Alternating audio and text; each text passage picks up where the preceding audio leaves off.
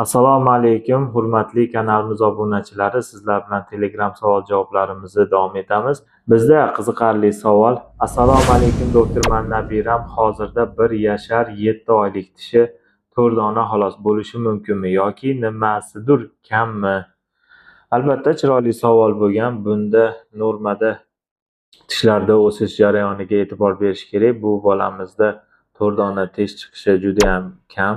Tishlarda chiqishi ortda qolishi kuzatilyapti. Bolani o'sish rivojlanishida ota-onasi bilan to'g'ridan-to'g'ri suhbat o'tkazish kerak. Qo'shimcha beriladigan savollar bor. Albatta bunda kalsiy kam bo'lishligi yoki nasliy moyillikda, otasida yoki onasida tishda shunaqangi kechikib chiqqan holatlari bo'lishi mumkin.